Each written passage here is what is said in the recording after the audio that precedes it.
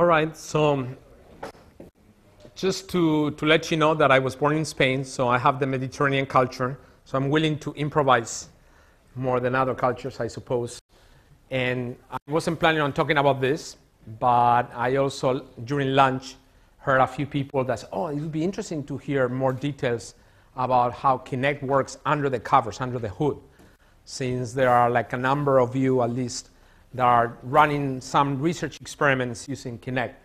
So I figured, well, maybe I had one slide deck there that I could use to at least tell you some of the work that goes underneath the Microsoft Kinect device that we did actually in MSR. So let me first see, because it's quite popular in the United States, but I'm not sure how popular it is here. How many people know what the Kinect, this device, is? Could you raise your hand? Okay, so most people know.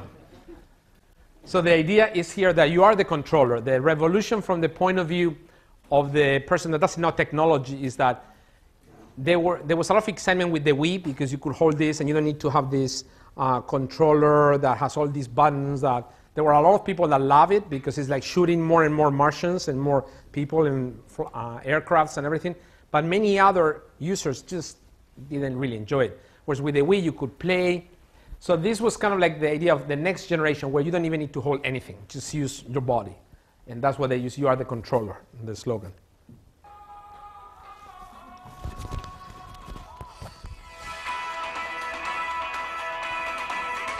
This is just for those of you that may not know the kind of games that you have. So you could be running, playing people. You're holding anything. You don't need to be afraid that you're gonna throw your Wii and break the TV.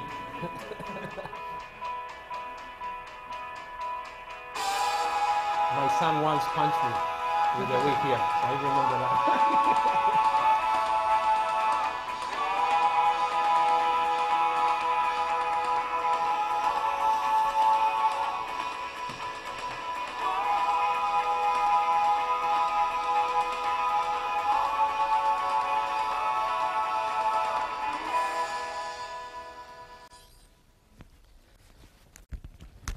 So we were quite involved in Microsoft research in the development of Kinect, and we loved it because it was really fun technology. But the thing that really struck me from a social point of view is when I was reading some of the reviews, and there was this reporter that had written an article about the Kinect and was describing the hardware and all the things that you could do. And he had a little story that was really touching. So well, I was there, and there was my 6-year-old son. Was looking at me, not saying anything. Normally, he can't keep his eye on attention on anything for more than a few seconds. He was there looking for minutes and minutes, constantly looking for without doing anything. And after a while, he comes and tells me, Dad, I also want to play with the Force. So that was so touching, because the kid, to him, in technology, he's been watching so many science fiction movies that this is just natural. And so, well, of course, the Force, I've seen Star Trek and Star Wars. I want to play with the Force too, and I want to kill the bad guys with my hands. And so this is really something that gets into a whole new generation of users. That's why it was so exciting. And it was thrilling to see that we actually have something to do with creation of this technology. And in fact, it was quite successful in the marketplace. I mean, according to the Guinness World of Records, it was sold like 8 million in the first 60 days. So that's quite amazing. And I have to tell you, we were working on the device very directly with them, and we had doubts. Not that it would sell that many, but it would sell at all. Because we look at the ship date when they were going to ship it and say, but this is not working. How are you going to ship this? It's like, oh, we couldn't believe it. So this is one of these cases where eventually you try and you cannot get the rabbit out of the hat, and finally at the last minute you manage to do it, but it was a close call, let me tell you. So what does this Kinect sensor have? I mean, all of you probably, I guess, have seen what it looks like from outside. So let me show you what it looks from inside in case you haven't seen it. And this is what it is. Although maybe some of you have taken the plastic out and and seen it. I like some of these tinkers that play with this. Basically has an infrared projector, and you may have noticed that this, which is this one here, essentially shines some light. And it looks like red, but actually you're seeing a tiny, tiny fraction of that light, because most of them is infrared, which you cannot see. But you see a little bit of red. So the idea is that it shines a lot of light, illuminates the scene, and I will show you how, but you can't see it. So you can play when it's dark, which is like a nice thing, or it doesn't bother the interference of all these lights. We'll see why it's important that this is infrared as opposed to using the visible spectrum. Here you have an infrared camera. So what this means, and we have the RGB camera to take a picture of the normal light, the normal camera that you can imagine. So we have a camera like this, and then another camera that takes another picture. But this picture is different because it's taking a different light spectrum, infrared. Why is that important? Well, hold on, and you'll find out a little bit later. And we have 4 microphones and a motor. This thing will move up and down, USB cable, and these guys, once they're going to make millions of them, they manage, doesn't matter how much technology you put, they can put it for like a small price. So by the way, there were some depth cameras, which is what this and this do before. This was not a new idea. If you look at the research community, you'd see depth cameras around for a while. Most of them were used in military applications. You can imagine that the soldiers in the military was very interested in seeing exactly where is the target so that I can shoot it, right? But these devices were quite expensive. There was like $10,000, $40,000, $50,000 for some of these devices. So it's quite a feat of engineering just to shrink all of that, make it much cheaper, and in many cases, better than the expensive ones. So I don't want to know if the military is using this for these applications. I don't want to know, but I would not be surprised. So now I'm going to tell you, this is kind of like the introduction of Kinect for gaming. But there are lots of things going on using the Kinect for more than just games. So I will tell you, just give you a picture of what those things are, and then go in more depth into some of the technologies, especially that we develop in MSR, on audio, depth, and skeletal tracking and head pose.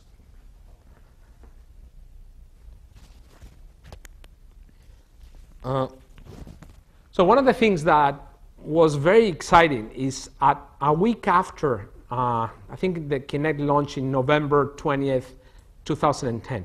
A week after, there was this website called Kinect Hacks. Someone had figured out how to intercept the depth signal and plug it into a PC and do all kinds of things, all kinds of interesting things. We were telling the product group, we should think about providing some SDK for researchers, hobbyists, and other folks that want to use this for other applications other than just gaming. And we said, I bet in 6 months, someone will figure out how to do it if you don't do it, so we might as well do it ourselves. And they were so busy with the gaming things, and I was, we don't want to hear. They had just finished, and as I said, it was really close because it wasn't, although the prototypes worked, the product was not working for many, many things. It just took so much time just to get everything settled and shipped properly that they didn't even want to hear it. We're saying in 6 months, I bet someone will do it. In 1 week, someone could figure out. And it led the community, just wild. Now, lots of researchers playing with it. I'm going to do this, I'm going to do that, which is really exciting, right? In fact, when I prepared this talk back in December 2011, there were already 62 pages of this website. Everyone contains several experiments, some guy trying something. Really exciting. Every few hours, new applications. So a lot of researchers are using this. So one of our friends in the product group came up with a video of saying, okay, you convinced us, let's move ahead and look at things other than gaming. What are the kind of things that we can do to increase even more the imagination of researchers? And they came up with this video, which I thought was pretty nice. We started with a sensor that turned voice and movement Can you hear? into Okay. magic. Xbox. Play. We thought this would be fun to play with. was. But something amazing is happening. The world is starting to imagine things we hadn't even thought of.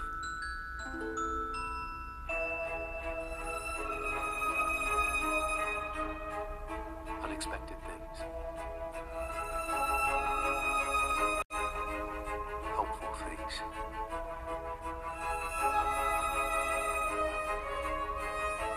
Beautiful things.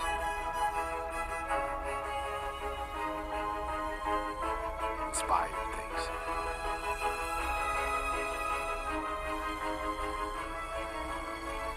Which is why, even though the world keeps asking us what we'll do with Kinect next, we're just as excited to ask the world the same thing.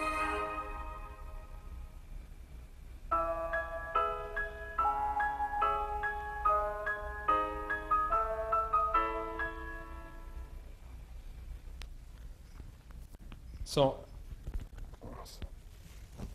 I thought this was a pretty inspiring video. So if you're looking for a topic for doing research, you may also want to consider doing something here. There are lots of things that you could do with this device.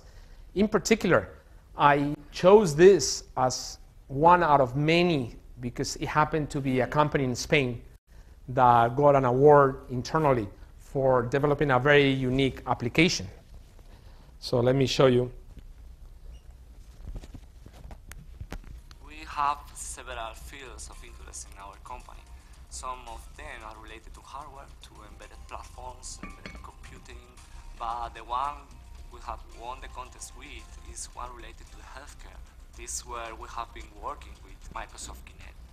When I received the Kinect, I was told to study the device, to take advantage of the different technology, allowing the user to use the different applications and programs in a natural way. Our main intention was to try to provide to the doctors a first version of the product in order to get their feedback. We are not working in this voice application because the doctor wants to use it. But till now, what they are trying is using gestures. It's situated inside the operating room.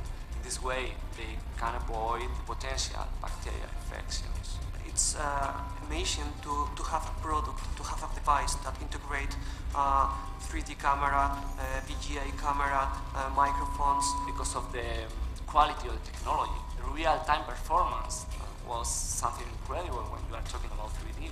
I think that Microsoft is doing a wonderful thing with providing all the developing community with this technology. One great thing of Kinect is that you have a lot of things inside this small package. We hope that this system will be installed in the different operating theaters. It's kind of cool for the doctors to use this kind of technology where they don't have to touch anything. We are going to integrate technology in our life in a simple way. What we have seen is only the beginning.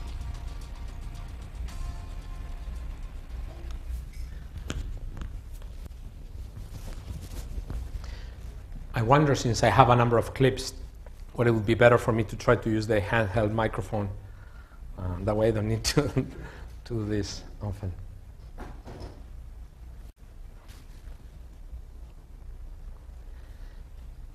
So in the meantime, we eventually convinced our friends in the product group to release this SDK so that you can do more and more things. That's the website in case you want to go and download it. The recent one, yes, let me try this. Maybe I can more easily switch.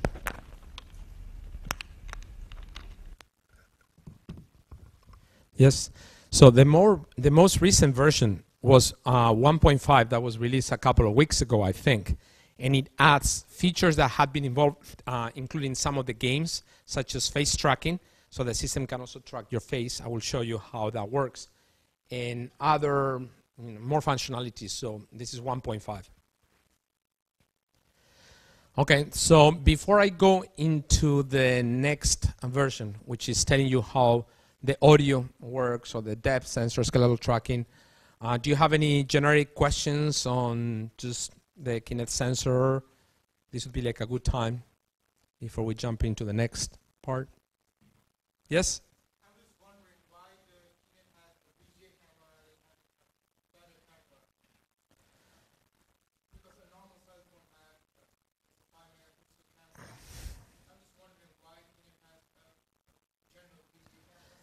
Actually, that's a very good question. I wonder that myself.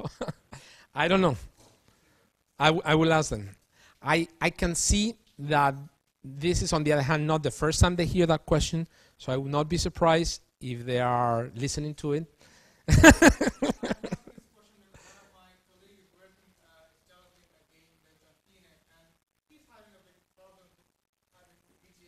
Yes. So all I can say is a very good question, and the product groups are listening to it, but I'm happy to tell you everything that I know about the research aspects, but I cannot comment on product versions. Any other question?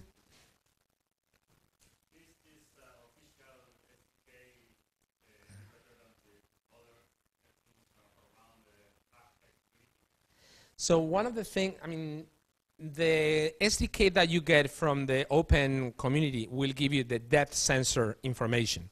It won't give you the audio, for example. So you can't get the audio. So you cannot do any of the audio functionality. You cannot do the beamforming that I will show you, the echo cancellation, the speech recognition. You can't get any of that. Also, it doesn't give you typically some of the higher level routines, such as skeletal tracking, so you can track what I'm doing. I mean, you could build your own, and there are pieces where in some cases you could do some of that, but I don't think it's as robust. Or facial expression and head pose. So some of these features are not included there. But that doesn't mean some of them could not be built. So someone could potentially do it. So, you know, you can play with both and see if you're interested. Okay, so let me just quickly show you what is the use of speech recognition in Kinect, and then tell you what is that we've done to make it happen. The simple example that I'm showing here is the one that the developer from the product group that came and told us that they wanted. So, well, he wanted something very simple. I'm watching TV, and normally I want to stop it because I want to go and get another beer or something, or someone calls, or I want to get back. And I want to get the remote just for the TV. And how often is it that you're looking for the remote, and you look, and you can't find it? Who has the remote? Not me, not me. I don't know. Get up, look under the pillow. Where is it? Who has the remote? So he wanted to get rid of that scenario where you say, Xbox, stop. Just go get the drink and come back. So initially he had something very simple dreams.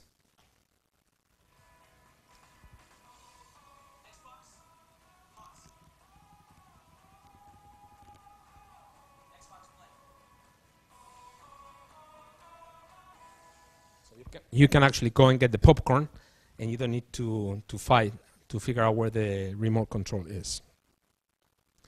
So why would you want to get speech recognition into a device like this in general? Well, the first version mostly was emphasizing gesture. I mean, all the games, all the dancing was gesture. But speech recognition beyond the stop and play is a useful technology because it's actually complementary to gesture. Like there are some things, if you're like a dance game and you're going to dance, you just want to use gestures, so then just move around. You don't want to use speech. But there are many cases, even in games, where you want to speak. For example, there was a game called Kinectimals. Oh. There was a game called Kinectimals. And what Kinectimals was doing is, I don't know if you've heard of it, but it's targeted to little kids, that they have a little tiger, little lion cub, and you can pet them and you can play with them. Well, how cute would it be if you can say, sit, lion, sit, come here, jump, you know, all these other things. So, I mean, you see, I saw some of the reviews, like some of the kids playing with this, and they have so much fun. So that'll be interesting. Another scenario is where you want to do voice control of what's going on. And there's a simple potential way of doing it, which is you devote part of the screen with buttons and you do like this kind of thing and select it, right? That's a possibility. The problem with that is that means that you reduce the screen size for what you want to do. If you're watching a movie, now it's not full screen. Not so much fun, you know. I'd rather have full screen. So if you don't want to use on-screen buttons, voice control seems like an appealing solution. Also, accessing long lists. Sometimes You may have like a long list of things that you want to do. Let's say that you're searching for movies to watch. Well, potentially you could like scroll and scroll, and eventually you will get the movie that you want, but the list is so long that you just rather say, speak it. And this is just what I want, right? Just get it. So there are many cases where speech recognition will be helpful in a setup like this. So what are the challenges? Because all of this, pretty easy to believe that this would be good. Well, it turns out that to do speech recognition, you need relatively good quality audio. If you look at most of the speech recognition systems that have been deployed, either have like a headset microphone, where the microphone is really close to the mouth, and therefore you pick up the signal in very little noise, it's very directional. Or sometimes in some of the phone systems, you have the phone and it's here, relatively close. But when the developer from the product came for us, he said, no, I don't want any of that. I want a device there, and you sit over there and you speak. He said, look at the distance. So we record this, we play back to you, and all you hear is noise. I mean, yeah, you can hear the voice, but the problem is much, much more difficult. And definitely there have been some research prototypes on this, but nothing that was working with speech recognition at that distance, because the speech energy is going to decrease inversely proportional to the power square, to the distance square, whereas the noise is the same. So that was a very challenging problem. And to make things worse, guess what? A lot of the times when people are doing this, they're playing a game that is like with explosions and all kinds of noises coming out of the speakers. And because a lot of us now want more realistic scenarios, we don't have a mono signal, we have 5.1 Dolby. And the subwoofer makes you bounce when the explosion hits. So it's really, really loud. And we need to do speech recognition with all that? You've got to be kidding me. That's the first thing that we told him. But the guy was very patient. So I said, I want you to try, please. So who can say no? A researcher gets a challenge like that and get fired up. Okay, let's try it. But it's hard. You got all these loud gaming noises. You're watching a movie and you want Xbox pause. Well, the system is here in Xbox pause as well as all the movie that is going on. And noise and reverberation of the room. The cat is walking around, the baby's crying. It's tough. It's a tough problem. So this is the high-level block diagram of what the Kinect audio looks like. So here, I only put two microphones. You need to have at least two. That's one of the reasons why the problem is harder. But generally, we support 5.1, I think. So you have loudspeakers, and then here you have microphones. Here we have 4 microphones. So the first module is an audio acoustic echo cancellation, and it's multi-channel acoustic echo cancellation. What this does is trying to compensate the sound that comes out of the speakers here and subtract them. There is some transfer function, as I will show you soon, to cancel what's going on. The next aspect is the microphone array. So there are 4 microphones, so can I have a beam that points to the right person, trying to attenuate the rest? And that's important because there's going to be lots of noise. So at least I would say I just have a preferred direction, and the rest I attenuate. There is an additional component that reduces noise some more and echo some more. And then this goes to either the speech recognition system for voice interface, Xbox Pulse, for example, or other audio. You could, one of the applications is now you can talk to grandma over Skype-like feature communication where they don't need to have a computer. They have the TV, they are sitting in the sofa, much more convenient. So you could use this for communication as well, and the playback. So that's the high level. What I'm going to be talking about today is just this part, which is just for time, and because that's one of the areas where we did a lot of our contribution to this technology. So let me start by the microphone hardware directly. Here we have 4 microphones. The first thing that you will notice is that they are not equally spaced, which for at least me as an engineer, I like symmetrical things, okay? So the fact that it was not symmetrical is like, why are you doing this? What were you smoking? It turns out I was not smoking anything. There is a reason for everything, okay? You could have put here another one if you wanted, but it turns out it's redundant. You don't really need it because you're looking at the distance between microphone pairs as the main function to help you figure out the distance is related to the frequency that you can handle. So the distance between this microphone and this microphone tells you what is the lowest frequency you can handle. And here you have the smallest frequency, and you don't need that many. You can have all the combinations. At least intuitively, that's where it works. So the person that did a lot of this work is a person in my team called Ivan Tashev, originally from Bulgaria, has a thick Bulgarian accent, very nice guy.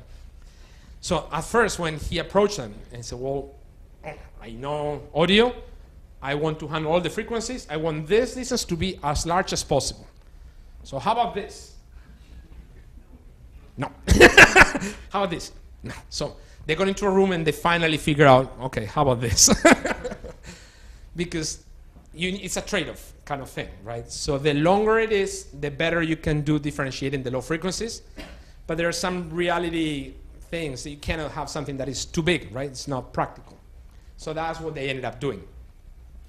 So in addition to that, the fact that they are not equally spaced and they cover reasonably all the bandwidth,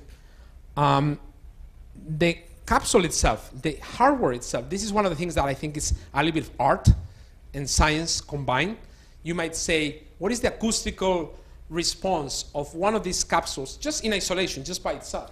Well, it turns out that it depends on where you put it. In outer space here, like if I hold it here and I leave it with just thin wires, it has some response. If I put some plastic around it and rubber and hold it and ground it, it has a completely different response. Because the plastic acts as a shield and impacts at the acoustic level what is the transfer function. And how does it do it? Well, there is some of the audio wave propagation equations out there, but they are way too complicated once you start putting plastic. So the best way that we have today is that when you put it and you measure it, and you don't like what you see, well, you tweak it. And you put a rubber boot there to hold it here, and you move. And then, so there's a lot of things that went on something that is not as much science, at least today, but they are very important because it looks the same, but if it's not placed just right, and you move it 1 millimeter down, the 1 kilohertz frequency will do something funny. So that was a little bit of trial and error, which, you know, that's also engineering, right? It's not all necessarily something that you can describe with an equation. This is the directivity pattern of the microphone as was measured. What we wanted to get is something that is pointing forward or in this range. You can say, well, this is the angle that I'm going to be listening to, and everything else in the back and to the sides, I don't want to hear it. So you want something that points generally forward. Part of that was achieved with the microphone capsule itself that cancels the back. It has a directionality pattern. And part of that was the enclosure. And the proper combination came up with this. And that's already an important component of the design. So let's jump to the next step, which is the echo cancellation. So I'm going to describe here the basics of what we call mono echo cancellation, which is actually quite simple and was developed in the 50s, so a long time ago. If you have a single signal, x of t, and you pass it through speakers, it will bounce on the walls and everything, and eventually will be picked up by the microphone. So what you want, you could assume that there's a transfer function, h of t, that is equivalent to here. So you want to have a mathematical model. So can we estimate a filter here such that I subtract, I know this signal because I'm playing through the system, I can estimate this, what I think it will be, what the room response is doing, and I subtract what I get. So what I get here is the difference is just what is out there in the signal that is not correlated to what the system played back. This technology, this is kind of like the equation, very simple. So this technology was developed in the 50s and was used, of all places, the typical place when you make a phone call for the very first time. If you didn't do that, you'd be hearing the echo. And you notice that sometimes, if you don't have a good connection, you still hear the echo. But by and large, this was considered a soft technology. That is canceling the electric echo, meaning the waveform, the sound in this case, is traveling at the speed of light because it's going through the cables. So that's why we often have this problem when we're talking to someone in a different continent. If it is in the same city, this is really not a problem. because even if there is an echo, it's so short that the human ear doesn't notice that that's different. But when you're talking to somebody in America and back, and you're going sometimes through a satellite, that echo is important, and you need to cancel it. But that's still nothing compared with acoustic. So once you do this, instead of through an electrical network, through just the air, you put the speakers there, and they're captured by this microphone, and now it works okay, because the gains are set up this way, that there is no feedback. But you also will notice that if I were to walk just in front of the speaker, that would not be a good idea. You get the feedback, right? Because the echo is not easy to cancel it. So acoustic, the big difference there is that the length, the transfer function is longer, quite a bit longer. In the case of electrical, for the local telephone networks, maybe 20 milliseconds, no big deal, you can handle it. And even if you don't, again, it's good when you use the phone to hear a little bit of yourself, some feedback. Otherwise, you may think, and sometimes now in the digital systems that we're using, it's done artificially. Because otherwise you think that it's dead, that thing is not working. You want to hear a little bit of feedback, right? But when it's acoustic, it can take 200 milliseconds, a second. Like in a big room like this, it could easily take a second for some of the sound to go from the speaker back to the room and bouncing back. So and you might say, so what's the difference with making it longer? Mathematically, no difference. It's just the same equation. The same. It's just longer, many more taps are required for the filter. What happens is that because the system needs to estimate this filter, so now it needs to estimate many, many more coefficients. And now I'm moving. You notice that I'm moving. Well, every time that I'm moving, H is changing. So how can, if it takes me a while to estimate these coefficients, and I'm moving, it's an impossible problem. So that gives you an idea why acoustic echo cancellation is more difficult than the electrical echo cancellation. That said, probably every one of you has been using acoustic echo cancellation in communication products. Like if you use something like Skype, for example, you're using acoustic echo cancellation. And this, you're relatively close, so you may have also noticed if you're using this and you walk away quite a bit, doesn't work as well, okay? So, but still, because the filter taps is longer, but if you're at a reasonable distance, it works reasonably well, and that's something that has not been around since the 50s, like the electrical echo, but maybe I'd say these hands-free phones have been working reasonably well for at least 10 years, maybe 15.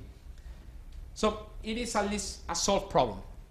But now the next step is this question is mono. All this work has been done with a single channel. So we play a single speaker.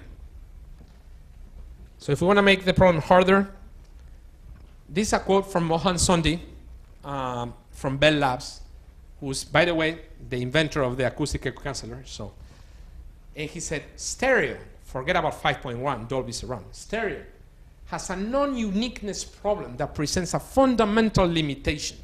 Basically, it's akin to the paper that I talked about in neural networks. Can't do it. Not quite as bad, of course, but just to say that these things, you need to estimate two of them. I mean, in theory, it's the same. If you have two channels, well, you need to estimate the transfer function between this speaker and this microphone, between this speaker and this microphone, and subtract it. Well, no problem about this. If you could estimate them, yes. The problem is that the algorithms that are used to estimate them, because the signals are correlated, oftentimes doesn't work. It's almost like you have too few equations for the unknowns that you have. And that's essentially what Mohan Sondhi said. So now, the guy that came from Xbox to talk to us, he said, well, wait a minute. You need to do speech recognition at this distance with all this noise. And the guys are going to be playing 5.1, because those are the games that we sell. Oh. So we almost, Ivan, who was the person that was working on this, almost quit. But again, he said, please try. Okay. And he said, well, he tried. And he came up with a cute idea, which is, if you use this, you will hear that there's a calibration that happens at the beginning. There's two filters, but I'm going to have them, rather than be independent filters, I'm going to say this filter is going to be a cascade of this guy and this guy, and this guy and this guy. And this part is going to be common. So I'm only going to estimate one filter that is common for the two, because essentially that depends on the room response. whereas these are just the specific nuances of the fact that the two speakers are located differently in the room. And that way, I avoid the non-uniqueness problem. And okay, so the first thing that he did is, well, you need to play a calibration tone before you speak. So, well, be quiet, it tells you. We play this calibration tone, and the system is supposed to not hear anything here. That's why you need to do that. And it learns all these things, given that you know what you're playing. So the first thing that he did, of course, like any good signal processing person, he played white noise. And if you, I don't know how many of you have listened to white noise. Anyone? Not very exciting, right? So the program manager in charge of that said, well, you want to play that to my customers? You've got to be kidding, are you? So he ended up selling for this instead.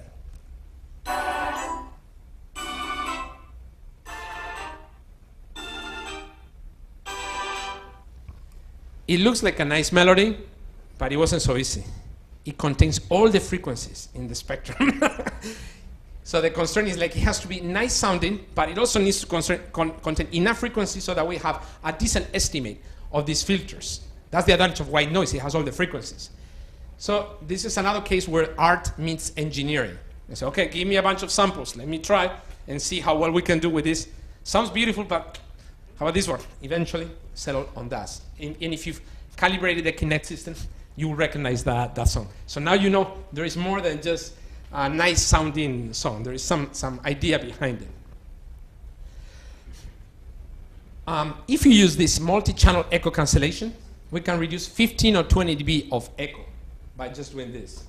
And the entire pipeline, with all the components that I will be talking about, some of them, reduces 35 dB, meaning there is still some echo that is going to be left. It doesn't do a perfect job, but hopefully it's good enough for a lot of situations. So now let me switch gears and talk a little bit about the beamformer. And again, to remind you, the beamformer is we have 4 microphones. We would like to use, rather than just using one, use the combination of all to do like an array microphone that can steer towards one direction. So that if you're talking, the microphone beam is pointing to you, and if the baby's crying over there, it will attenuate the baby's sound, or the vacuum cleaner, or whatever. So this is an example of how the system works. Here we have frequency in hertz from 0 to 8,000. And here this is the angle of the array, where 0 is pointing straight and deviations. So now here the system is finding the maximum, if you look at this, at around, I don't know, 20 or 30 degrees. So it's like this, in that direction. And that's where it's amplifying, boosting those frequencies. And it detects an interference at about maybe -10.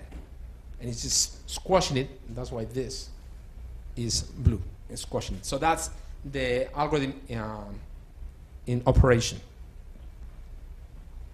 And it reduces another 3 to 6 dB noise by doing this. Of course, it needs to first determine where is the direction to focus on, which you can program it because you know where it is, or because the system will find where most of the energy comes from. And there are some drawbacks with that. And then you do spatial filtering, which is non-linear processing, because microphone array typically is a linear processing. You're essentially weighting the different coefficients of the different frequencies differently in a linear way. But if you do spatial filtering, you can do this in a non-linear way and reduce even more noise. Finally, one of the things that Ivan, who did his PhD thesis in optimization, did is you have a bunch of components. You have the echo cancellation, you have the microphone array, you have the noise suppressor, you have a few other things that I didn't talk about. And in the end, they interact with each other in funny ways in the microphone capsule. So what you want is to find the end-to-end path to be as clean audio as possible. So what he did is he had a bunch of knobs, parameters in a lot of these algorithms, and he ran an end-to-end optimization where he says line search in many of them. I look at this and I look at the end-to-end quality. And if it's good, I look in that direction, so optimize that way. He had overall 25 parameters, time constants, thresholds, you name it. So what objective function did he use to find the right optimum? Well, he used something called PESC, which stands for Perceptual Evaluation of Sound Quality. And this is a proxy for something called MOS, Mean Opinion Score, that have been used by the speech coding community for many years. Mean opinion score essentially works as follows. you get something, a bunch of subjects, typically 30 or more. So let's say all of this room, you wear headphones and you listen to a bunch of samples. And you need to classify the quality from 1 to 5. 5 is best. It's like human quality, best audio, great audio system. 1 is stinks, right? And all the points in between. And you ask every one of them, every one of you, to label, well, this quality is 4 or 3. You give a few examples to calibrate internally, and then you take the average. And that's mean opinion score. So you develop a codec that has a higher mean opinion score than others, mean opinion score, and that's better sound quality. But the problem with this is that that's hard to develop programmatically, because it means that every time that you make a new algorithm, a tweak, you need to bring all these people and ask them. That takes too long. So this is a computer program that is trying to approximate that without having to have the subjects. It's not as good, but it's pretty good approximation. The problem, the advantage with this is that he can try a combination of these 25 parameters, push a program that computes the PESC, and say, oh, higher, lower, and optimize based on this. We took a large corpus, and that's how it was optimized. And these are the results. Here in the x-axis, you have the loudspeaker volume.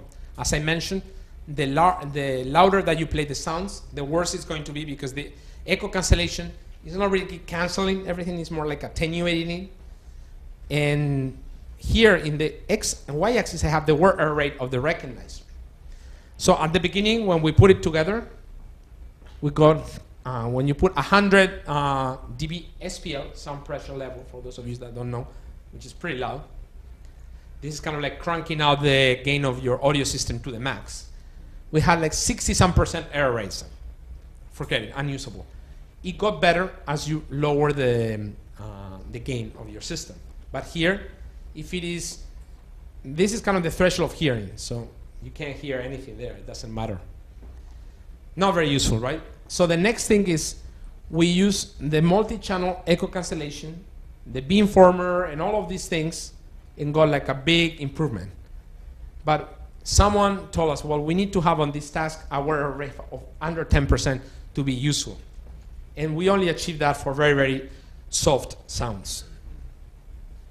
But after doing the optimization that I mentioned to you just before, where all these knobs are playing end-to-end to get the best performance, we got quite a bit better. Finally, you all are experts in machine learning, pattern recognition, and you know that if you want to get good accuracy, you need to retrain the system with the same exact input that you expect to see at runtime, at test time. So, of course, we did that, and after we did that, we saw, okay, pass it, and just in time to do the engineering and ship it, so that was quite an experience. So this is so far what I plan to talk about audio processing. Any questions on this? Yes? The user... No, go for it. Yeah. The user have to be from the microphone array? No, there is a beamformer. So as long as you're, I forgot the angle, I think it's like plus or minus 60 degrees from the center. Any direction, it will track you. If you're like beyond 60 degrees, it's not going to be looking over there. Like if you're, let's say, somewhere there, maybe that's already more than 60 degrees, and you'll be borderline kind of thing if I were the Kinect. Somewhere, so in this range, it will steer a beam, and it will scan all of these angles. The second question is,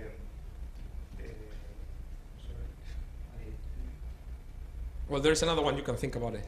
Yes, in the meantime.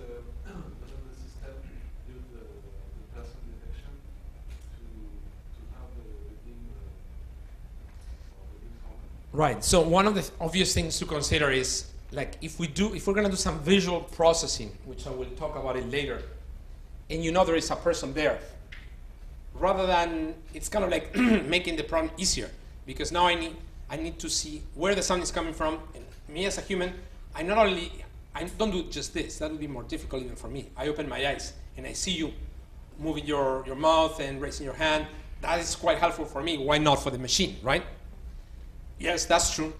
Except for the very first version, there was barely time to get even the simple things working. So that was reserved for the next version. And now, yes, we have that capability. We have face tracking and things like that, and that can be fed into the beamformer so that you know where to look at. And the user can choose where to look at, because sometimes the system detects several faces. So at least it has some ideas. Well, it's probably one of these people. I may not know exactly who, but it's one of them. Is not there where the vacuum cleaner is louder than you, but I see no face. So that was useful information that should be helpful.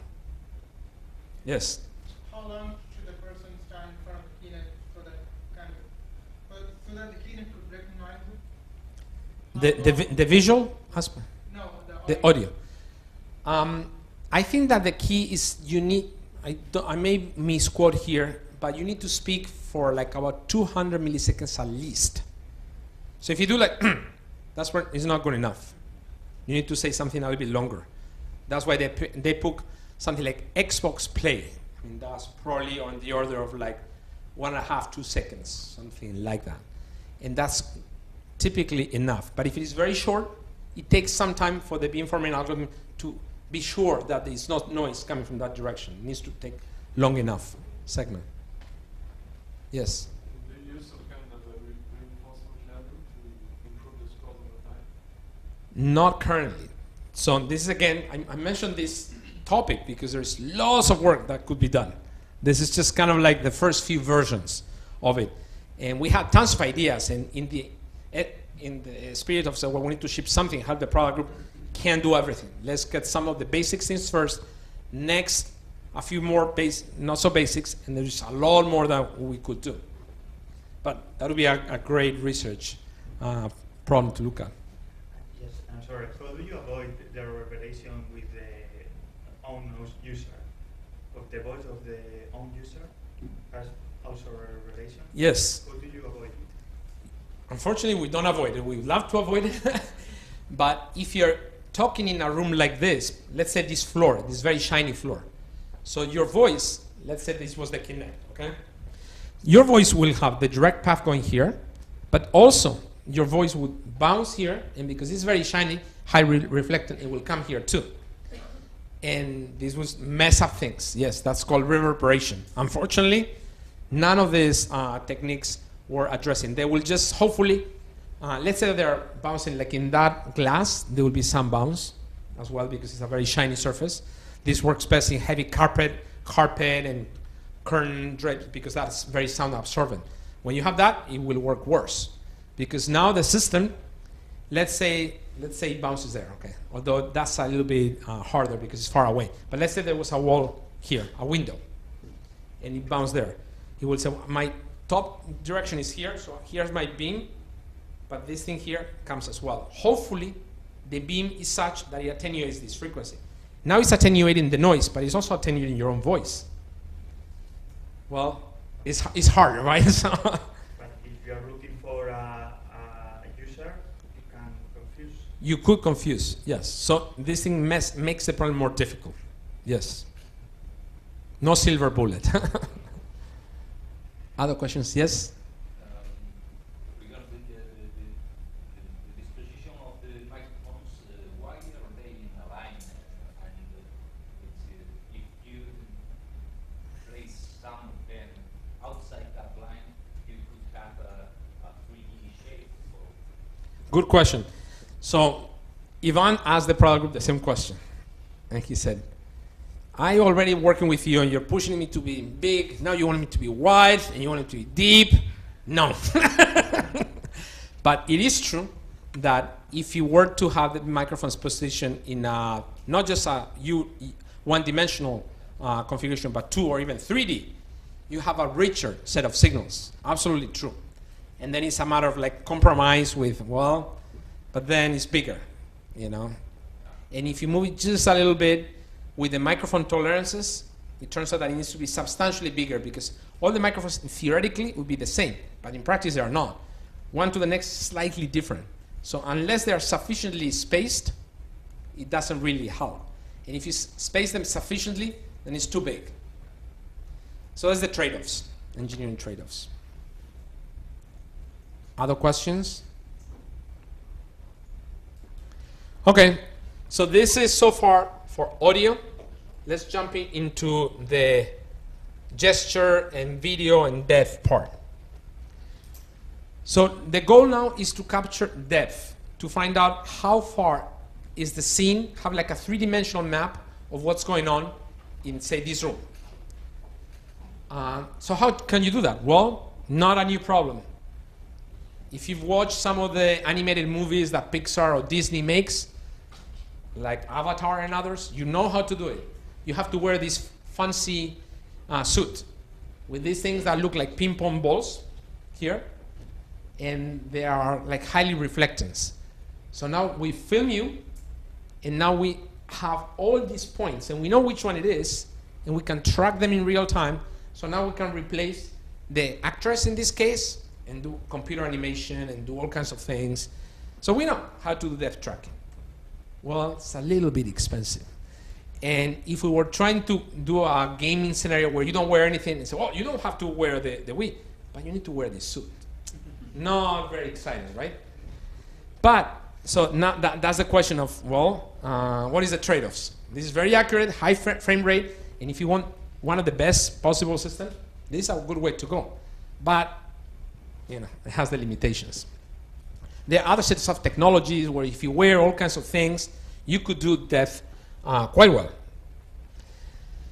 But here comes Kinect, and there is the depth camera. And the depth camera is the key component in doing the gesture processing and everything that you've seen so far. How does this camera work? It works with something called structure light. And in fact, structure IR light, infrared light. So the way it works is that it shines, the projector shines some infrared, and it shines some dots that look pseudo-random. And this is what the camera would see. And based on that, it can recover the depth. So here in this case, darker means it's closer to the camera, and gray means it's further away. That's kind of the depth map. So this is what the RGB capture, and you can see in black you see the person who is closer to the camera. This is, by the way, Jamie Shotton, the person in Microsoft Research Cambridge that did a lot of the work on this technology. So if we were trying to detect gestures, I mean, people in the computer vision community have been working with this type of image for quite a few years, and they've learned it's very difficult because color, lighting, different people. How do I know if you move the hand versus, like, you know, this thing here? Is just a very difficult problem. So the hope is that if you were to look at an image like this, which is a depth image, it's much easier to figure out what's going on than just handling the RGB image. Although theoretically you could do it, this makes the problem a lot simpler, as I will show you. So how does this work? Some of you, how many of you know the principle of structure light for depth? So it's like maybe 1/4, 1/3 of you. So this may bore you, but I will review for the rest. The basic idea is the projector projects not just light, but light with some structure. For example, let's assume that projects just stripes, like this, right? Now the camera is watching the stripes. If it was a perfect plane, we would just see exactly this. But guess what? The surface has curves and depths. And if you have an object like this, for example, because some of the things are further and other things are closer, what the camera is going to detect is like a curve like that. So the idea is simple. If you use triangulation, you can say, well, I know this is what was sent, but I get this. So what is the depth that the object must have so that this matches? And you can do the triangulation to figure out the depth. That's the basic idea. Of course, in this case, it won't work, because how do you know this line is this one and not this one? So you need to make the pattern easily recognizable. So it cannot be like this, where one line is the same as the other one, right? You need to pick a different pattern. And in fact, what is picked is a random pattern of dots. It's actually not random, it's pseudo-random. So it looks random if you don't know what it is, but actually the system knows exactly where each pixel was, and it's trying to undo the transformation in a way that is not confusable. So this is like a chess board, and you look at this, and if you zoom in, this is what you get. So that's the basic principle behind depth cameras. And this, well, this is if you overlay the depth camera on top of the RGB image, this is what you get. As you can see, this is a plot of the system when the user is moving the hands like that and walking in. So this is what the chip of the Kinect camera does. It produces an image like this after it does the triangulation with the structure light and all this. So this chip was provided by a company in Israel called PrimeSense. So PrimeSense have been developing applications for depth camera, again for the military, so that it knows what distance the subject is, and I know exactly how much angle I need to shoot my cannon or my missile or whatever for military applications. So they were expensive technologies. And they did all the triangulation. And their output is this. If you get the open Kinect API, you will get this data. That's the data that you get, and that's it. What Jamie Shaw and others in MSR Cambridge did is, okay, this is a better and easier input to look into to detect gestures and doing things like this than just the raw RGB, which is just too difficult. But you still need to detect whether I'm playing tennis and when and how and exactly, or what is that I'm doing. And this just makes the problem easier, but you still need to build all those computer vision algorithms. This is the side view and the top view.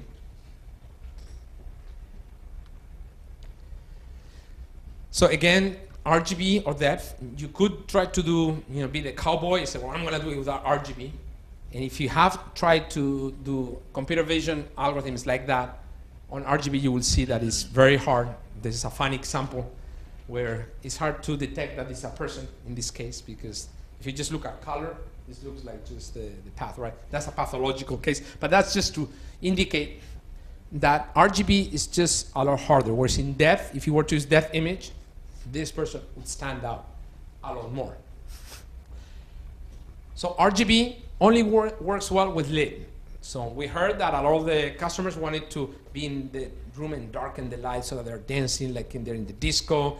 Well, good luck with RGB. There's no light, nothing you can get, not going to work. Background clutter, all kinds of junk. If you do it in the lab and there's nothing there, you can get something. But hey, guess what? What we found out is people want to use this in their family rooms, where they have the coffee table, they have all the cushions, they have all kinds of things going on, all kinds of junk. So not good.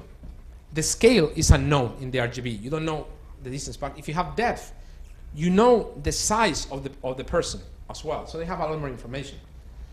Clothing depends on what you're wearing, skin color, the lighting. Well, you will get sometimes good results, sometimes not good. So it's much easier with depth, which works in low light because it's emitting the IR.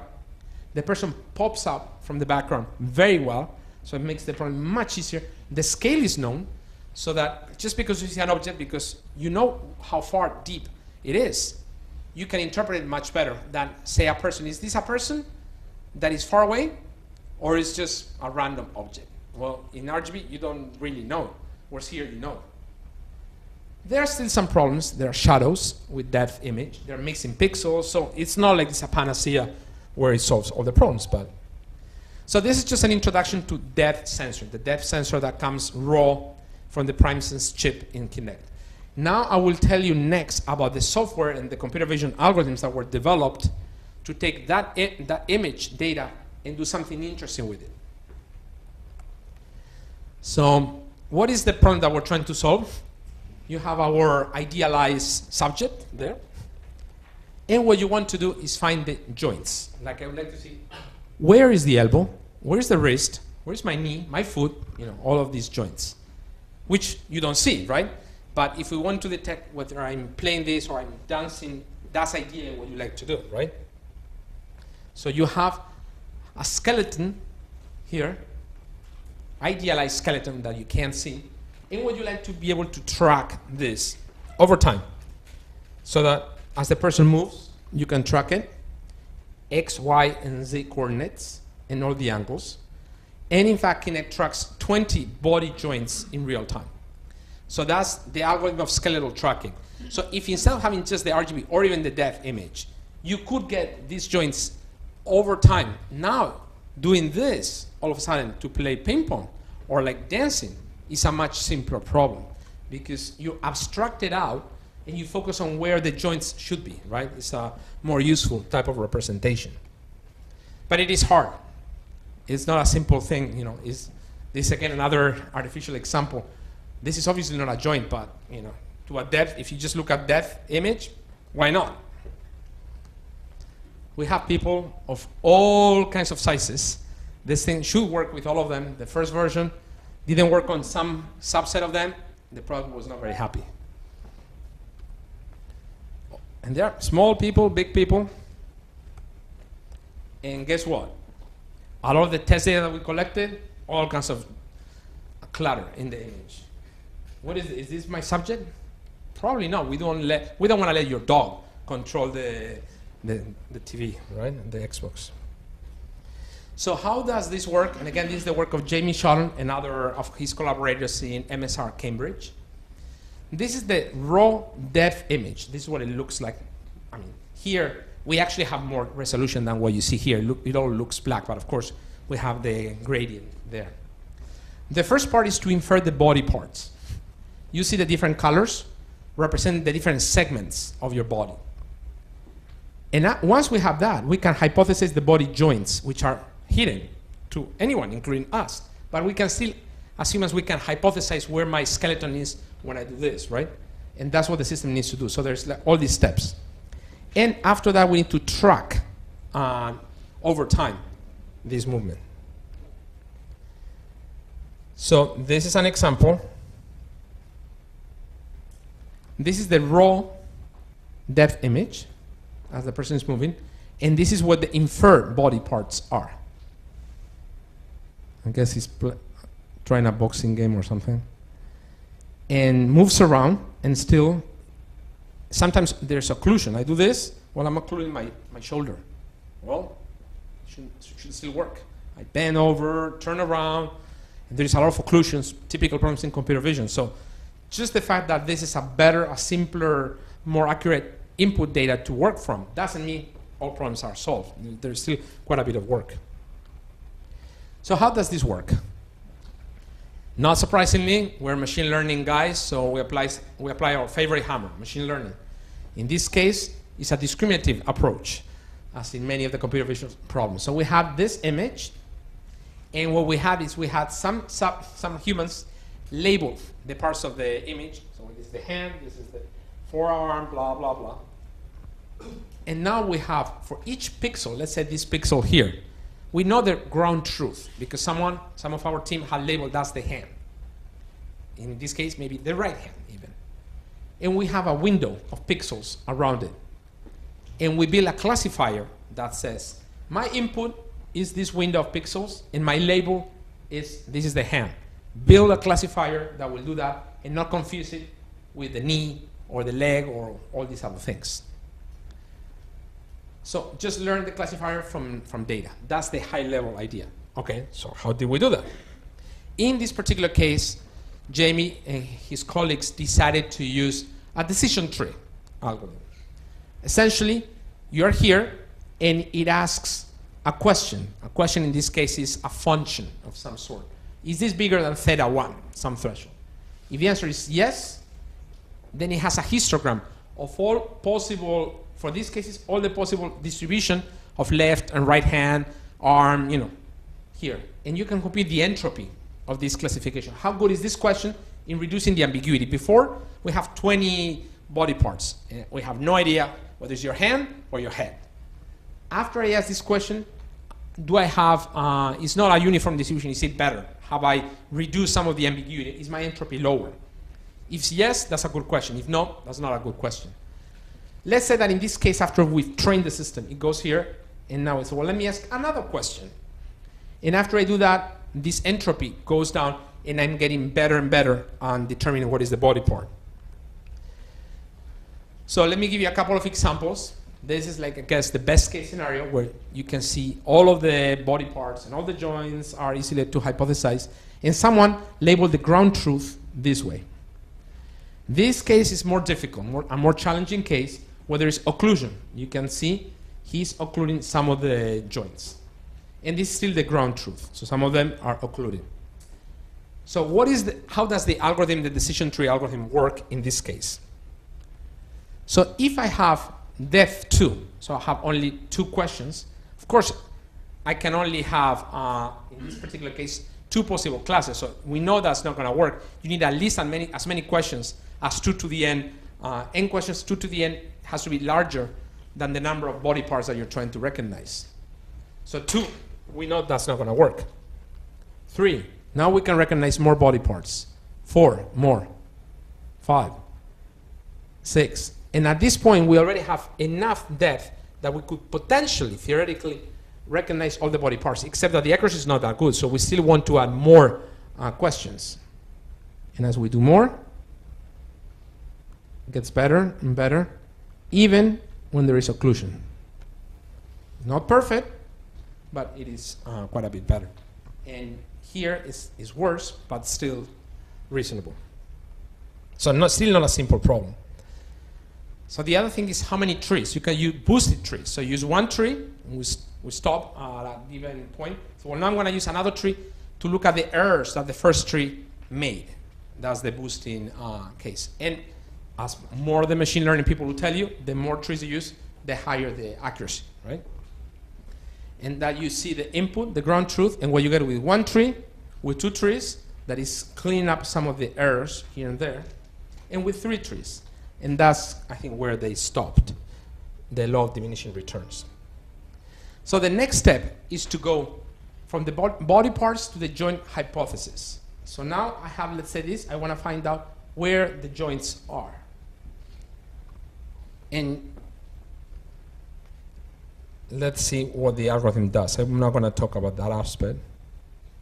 But you would see here the depth image. Here you see the different colors of the body parts. And these dots are like where the hypothesis of the joints are. The front view, top view, and side view.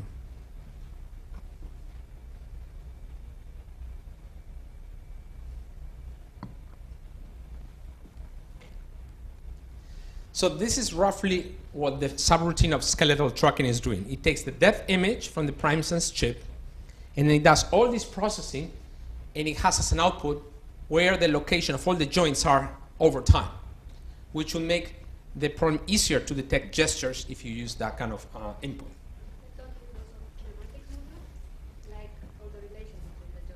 So that's kind of like what we thought. Yes, we should do that. I mean, I'll repeat the question. Can you use some kinematic models to do a better job? And the answer is yes, you could. The first version, because of time, didn't do that. But people are working on a better model that it knows. Like the first version, there would be cases where the leg would appear here. So, that makes no sense. If you use some model to regularize the positions, because you know the relation between the joints and all that, you should be able to do a lot better. And although the hardware hasn't changed, every time that you download, you press, yes, I want a new update of the software, some of these things get better and better. Any more questions on this before I go to the head pose and facial expression? Yes? Alex, what about that interference between two connected sensors in the same place, just counting the pattern of infrared lights? Yes, you got it. That's a problem. When you put more than one Kinect sensor, now what happens is that one of the cameras is shining light, and the other one is picking the reflection from the light that is shining and the light of the other Kinect, so it could get confused. So if you design carefully your random pattern, you may reduce that problem, but not eliminate it.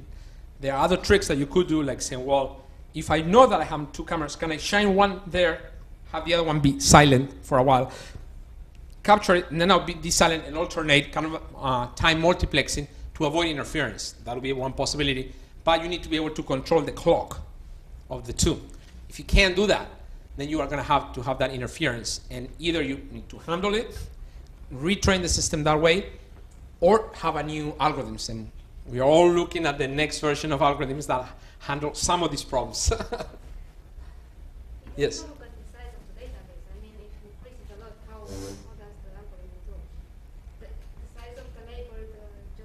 Right. So one of the problems that we had is that it was very expensive to manually label all of these things, right? So we all know in machine learning, the more data, the better. So just give me more. And so, well, I already had someone with headaches from label the arms and, with hundreds of images. And you want me to do like thousands and hundreds of thousands? Get a break. So we need to figure out, now we have a lot of data, but it's quote unlabeled, or at least not labeled that way. We may have labels of someone hitting the ball. That, you could bring lots of people and say, well, do this with your right hand. That we can do. But to label all the body parts is much more painful because you need to do it by hand. So one of the areas of research should be, can you develop algorithms and marginalize over these hidden values? Because it's easy to collect data. Now we have lots of data from people playing and dancing. And they can tell you, this is the step you need to do, so you can assume that that's what they're doing. But you don't need anyone to label, this is where my knee is, because it's just too much manual work. Can you marginalize over that? That will have that advantage, but it's much more complicated of a problem, right? So yes, there are lots. That's why I mentioned this area is rich with research problems, because you could imagine if you were to do that, and in fact Jamie and some of his colleagues are looking into things like that, then you could use a lot more data, except that now you don't have labels for everything. You have labels, high-level labels, but not labels for each individual skeleton, which is much more expensive to get. So it's the other way around. We usually import it from low level to high, and now it's the other way around, right? Yes, I mean, the thing is that you know that more data is better, but once you go to some point, the labeling of the data is expensive and painful. So one of the things that Jamie is working on is even the user teaching the system gestures. So not the programmer or like even the developer, but say, if I do this, it's like I'm attracting attention. Let's say one of the gestures, what is raise my hand? Let's say in a classroom, right, for example. And there is no game or no program that Microsoft has coded to do that. But could I do this and bring all of you to say, well, come here, sit in front of this, raise your hand, and I just go and do minimal labeling, and the rest happens automatically. Wouldn't that be nice, right? Because that's easier. You don't need to color the elbow or like, I cannot see your legs because they're behind the table, but in other cases I may be able to. It's kind of like a pain to do all this work. But if you can just say, just raise your hand, that gesture, that would be better. But that means that the algorithm is much more complicated from our point of view, right? Because now we don't have that intermediate step labels. We need to do it automatically, much more. But it's also very interesting research, right? Any more questions? Yes? Using 3D models. I mean, not humans, but if you render 3D... So I'm glad you asked me that question. Remind me to buy you a coffee or a drink after all, because that's what we're doing for the next, next part. I am going to show you something that was released, I think it was about a year ago. It was called Avatar Kinect. It was kind of like a demo in the AI labs of Kinect. That was developed by a team, at that point it was reporting to me also. And the idea here is, we are doing already avatars. So when you're dancing, there is, by the way, you go to some of the shopping malls where they have this, and you see people dancing. It's very popular, the dance game, right? And it's funny because you look at the avatar, and he's like a great actor or actress dancing beautifully. And you look at, if you're just looking, you see the person doing terrible dancing. Pathetic. But he's having fun because he or she's only watching the screen and the dancer is doing a really good job. Dancing really good. So maybe the dancer is doing, and the other is terrible, right? But you feel like you're good. So this is one case where the avatar is, we have an avatar on the screen mimicking not what the user is doing actually, but actually doing better than the user so that it's fun and you spend the time. But that work was done only from here down, really. So we were not doing anything on the head. It's just like where you're moving your legs, you're moving your arms, or you do this step or that step. But we know that the head has a lot of information. Most of the time, we as humans use the head as key. Are you looking at me or not? Are you finishing your email or you're looking at this? I understand you need to finish your emails. That's very important information, right? And the first version didn't do that. So this work was targeted towards looking at what happens here, from here up. And there's a small region compared to the knees and the joints and the elbows, but very powerful because it can detect the gaze, the pose, and the gaze, and even other expressions such as smiles, eyebrows. If we could capture that, what could you do? Well, now you could animate the avatar, not just this movement, but also the facial expressions. So this is a demo of the system that was shipped about a year ago, trying to do that. Where now the system will capture your facial expressions and transmit it to the avatar. What could you do if you do that? 1, 2, 3, 4. Ready for the big game? Bring it on. All right, guys. 5 minutes to kickoff. Let's hear your predictions. Go. Tigers by 2 touchdowns. No way, guys. The Ducks are going to run all over you. In your dreams, the Ducks are going down.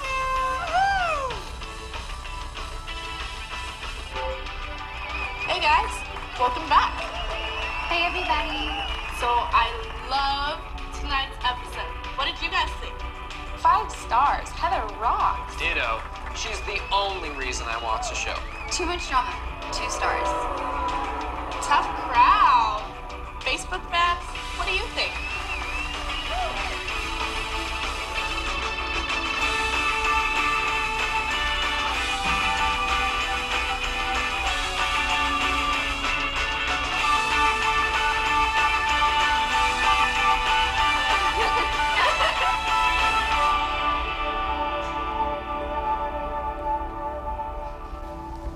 So this was kind of a fun project too. And you can imagine how a lot of these days we have these social networks where you're interacting with someone virtually through just texting. Wouldn't it be fun to have like a get together with your friends where you have an avatar? One of the things that is most popular in Xbox is all the avatars. I know my kids spend a lot of time just dressing them and changing them and make them like funny nose or weird ears or like putting a strange hat or all kinds of things, right? So imagine if now you've spent so much time dressing your avatar and you can say, well, let's have a party with my friends and I'm gonna dress today like funny, doing this, and you go and talk, but you see how, if you're not physically in the same room, you have the illusion of being in the same room. And I know that I'm looking at you and he knows that I'm looking at you and not just in the abstract, and I'm looking at him and my profile is different. That gives you that illusion that you're physically in the same place. And you can transmit not just the voice when you're having a conversation through voice. A voice is obviously the most important channel. But it's like, if I do this, that's so powerful. You want to transmit that. And you could do it with video as well. But all this social network now is looking in the virtual world where you just don't want to transmit some of these things. And there's like something interesting that you could imagine there. So what is the technology used behind it? And you mentioned about the 3D deformable models. Well, that's precisely what we use for this application. We have Cha developed a 3D model that he had done for the face with lots of triangles there. And now the question is, if we can have an image and transform it into this space where now what we have is all these triangles, can you go into from that domain and understand where someone is raising their eyebrows or smiling? So the first thing that we have is that we have in this space, we have a vector, Q, that is the sum of several contributions.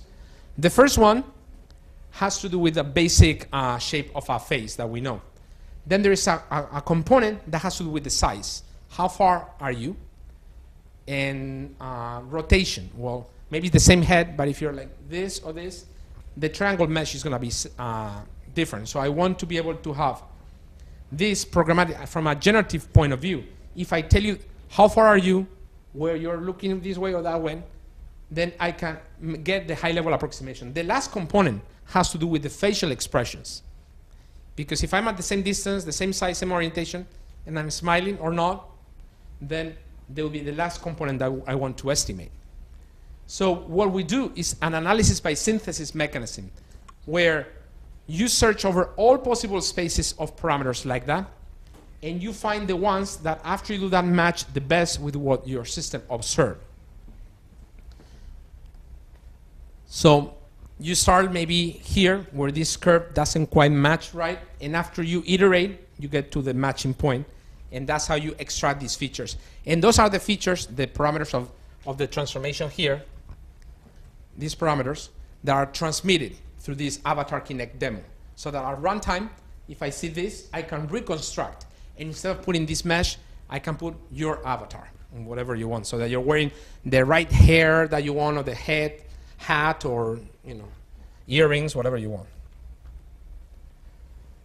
This is just to say, all the things that you need to do for initialization and all these other tricks, because the depth image is kind of noisy on a single shot. So you need to do the average and then add the texture on top. So you can have from this RGB, and this works on RGB, but we are trying to incorporate both the depth image as well because it's helpful, and you can get the texture model. So again, the high-level algorithm works as follows. You have the input, the RGB image, and the depth image. First thing is we need to face detection. So where is the face? If I have the Kinect here, I need to detect many faces. I think the algorithm can track up to 10, I believe, something like that. I'm not sure if that's true in the current version. 10 faces. Once you have a face, you need to align it and find out where these points are. Those are the critical points that we want to find, and we need to do that whether you're wearing glasses or not, depending on different hairstyles, color skin, everything. So, some complexity. And then you initialize the model, and you find the output and iterate until you find the right solution.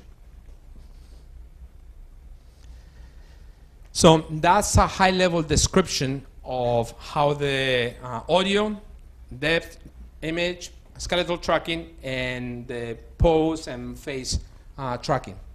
So Kinect has revolutionized gaming. I mean, I can't believe how many people are playing with this that were not shooting the Martians before, but it opened up a new audience.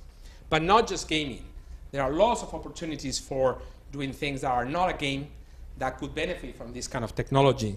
And that's a testament of the SDK and all the many people that are playing with this technology for applications that we hadn't even thought of. Voice and gestures are natural for users. The idea here is that we want to use natural user interface so that you don't need to learn how to operate the device. All you need to do is, well, you know how to speak? Speak. You know how to use your body? Do it. You don't need, that's why it's so natural. No need to read instructions. Jump into there. If you see someone do it, you probably can do it too. But at the same time, it's natural for the users, and that's why they want to use it. But it poses lots of challenges from the engineering and research point of view. Not an easy problem at all. And it was a big struggle to get the first version out. The second version, and now the third, every 6 months or so, they release new versions. They're getting better, but there's still lots of problems. And I heard already today a number of questions, very good questions, on possible new enhancements. So yes, all of them, we're not done. There are lots of work that could be done in this space. And this is just the beginning, so I hope that you can help us improve the technology. I talked earlier about deep neural networks, because I think it's an area that is new, that we can engage a lot of the researchers in this room and beyond to make advances. And this is another area where I think it's very exciting, but there's still lots of problems that are open. So thank you. Take a break.